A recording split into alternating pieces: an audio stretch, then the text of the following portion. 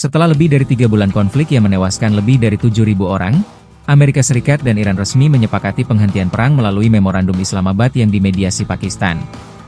Kesepakatan bersejarah yang ditandatangani Donald Trump, Masoud Pezeshkian, dan Perdana Menteri Pakistan Shehbaz Sharif itu langsung berlaku, membuka jalan bagi gencatan senjata, pemulihan jalur perdagangan Selat Hormuz, serta dimulainya negosiasi damai dalam 60 hari ke depan demi mengakhiri salah satu konflik paling berbahaya di kawasan Timur Tengah.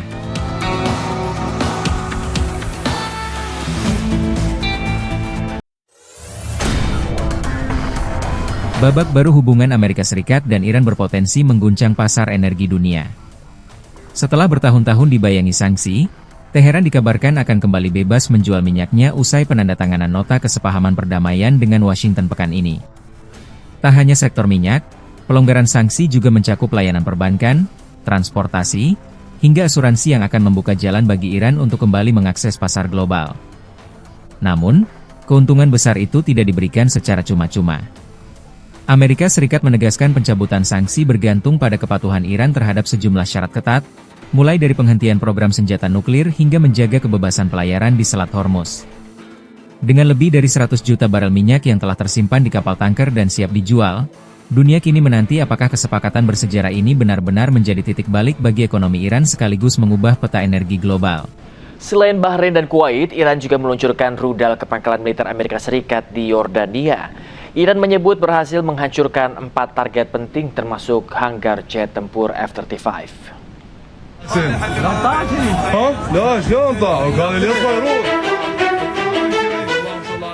Puluhan rudal Iran terlihat dari langit Basra, Irak setelah diluncurkan dari Iran menuju pangkalan militer Amerika Serikat di wilayah Yordania. Korps Garda Revolusi Iran atau IRGC mengatakan serangan mereka mengenai dan menghancurkan 4 target penting di pangkalan udara Muwafaq Salti di wilayah Azraq, Yordania.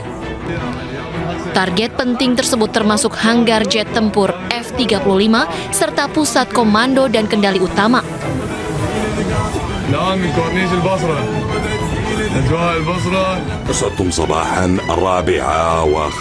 Sementara itu, Amerika Serikat gagal mencegat rudal Iran yang menargetkan pangkalan udara 4 target penting di pangkalan udara Muwafaq Salti di wilayah Azraq, Yordania.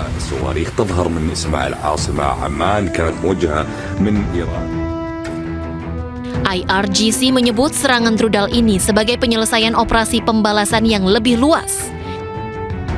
Serangan balasan diklaim IRGC mengenai 21 target di berbagai pangkalan udara dan Angkatan Laut Amerika Serikat di seluruh wilayah, serta menembak jatuh drone MQ-9 Amerika Serikat di wilayah udara Iran.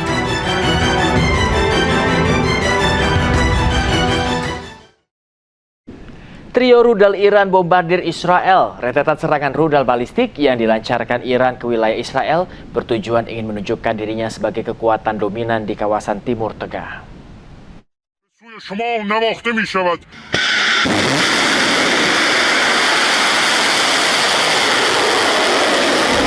Trio rudal Iran bombardir Israel. Pasukan Garda Revolusi Islam Iran IRGC meluncurkan kombinasi rudal balistik Emad, Kader F, dan generasi terbaru Khaybar Sheikhan dalam operasi militer bertajuk True Promise 4. Rudal balistik jarak jauh Emad memiliki hulu ledak bersirip yang mampu bermanuver dengan tingkat akurasi tinggi di bawah 10 meter untuk menembus sistem pertahanan Routry milik Israel. Sementara itu, rudal hipersonik Khaybar Sheikhan generasi ketiga yang berbahan bakar padat mampu melesat hingga Mach 9 saat menukik, membuatnya sangat sulit dicegat oleh sistem pertahanan udara canggih seperti THAAD dan Patriot. Rentetan serangan rudal balistik yang dilancarkan Iran ke wilayah Israel dalam beberapa hari terakhir bukan sekedar aksi balas dendam. Di balik hujan rudal itu tersimpan pesan yang lebih besar. Iran ingin menunjukkan dirinya sebagai kekuatan dominan di kawasan Timur Tengah sekaligus menempatkan Washington dalam posisi bertahan. Serangan ini juga menjadi sinyal bahwa Iran masih memiliki kemampuan serangan yang signifikan meski telah dihantam serangan udara yang intensif dari Amerika Serikat dan Israel. Militer Amerika Serikat meluncurkan serangan ke Iran, pemirsa. Serangan ini sebagai balasan setelah Iran menembak jatuh helikopter Apache.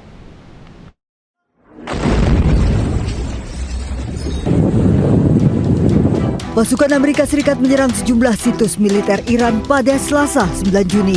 Serangan Amerika menargetkan pertahanan udara Iran, stasiun kendali darat, dan situs radar pengawasan di dekat Selat Hormuz.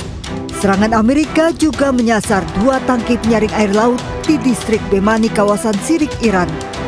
Pusat Komando Amerika CENTCOM mengumumkan telah menyerang Iran atas perintah Panglima tertinggi Amerika Serikat.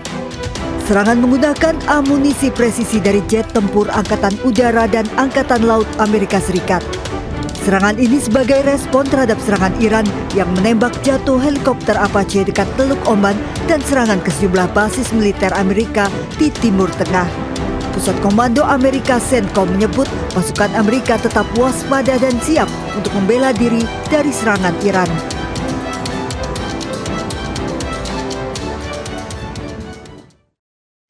Ketegangan memuncak di Belfast, Irlandia Utara setelah insiden penikaman brutal memicu kemarahan publik. Aksi protes yang awalnya menyoroti isu migrasi berubah menjadi kerusuhan besar.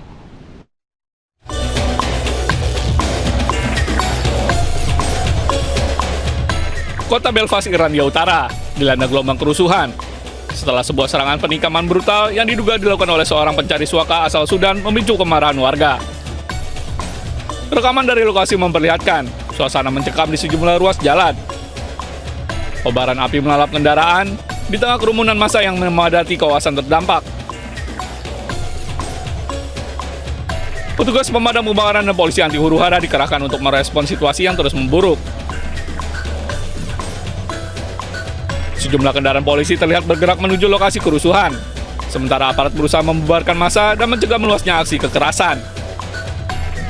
Hingga kini, aparat keamanan masih disiagakan di sejumlah titik rawan untuk mengantisipasi kerusuhan lanjutan.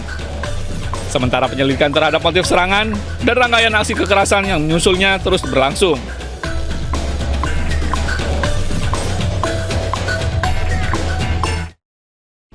Gelombang kekerasan kembali mengguncang Afrika Selatan. 12 orang tewas dan 9 lainnya terluka setelah sekelompok pria bersenjata melakukan serangan brutal di sebuah permukiman di Johannesburg.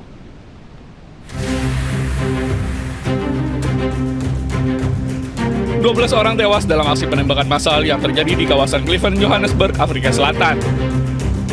Korban tewas terdiri dari 9 pria dan 3 wanita. Sementara itu, 9 orang lainnya mengalami luka-luka dan mendapatkan perawatan medis. Tim forensik bekerja di lokasi kejadian, mengevakuasi jenazah korban serta mengumpulkan barang bukti untuk kepentingan penyelidikan. Berdasarkan laporan media setempat, lebih dari 10 pria bersenjata berat diduga menyerbu permukiman dan melepaskan tembakan ke arah warga. People who are involved in there, you could classify these people to be insane, heartless, barbaric, because you could see the way they were moving. Because when we try to account on what actually happened, you could see they entered in there, start shooting. And then going forward, and at the end of the day, and then they were picked up in terms of the vehicle or the quantum which was involved. Hingga kini, polisi masih memburu para pelaku dan belum melakukan penangkapan. Motif di balik serangan berdarah ini masih belum diketahui dan terus didalami oleh aparat penyelidik. Ledakan dahsyat mengguncang jalur utama pipa gas di wilayah Dagestan, Rusia, memicu kebakaran besar yang membuat ratusan warga di sekitar permukiman dievakuasi.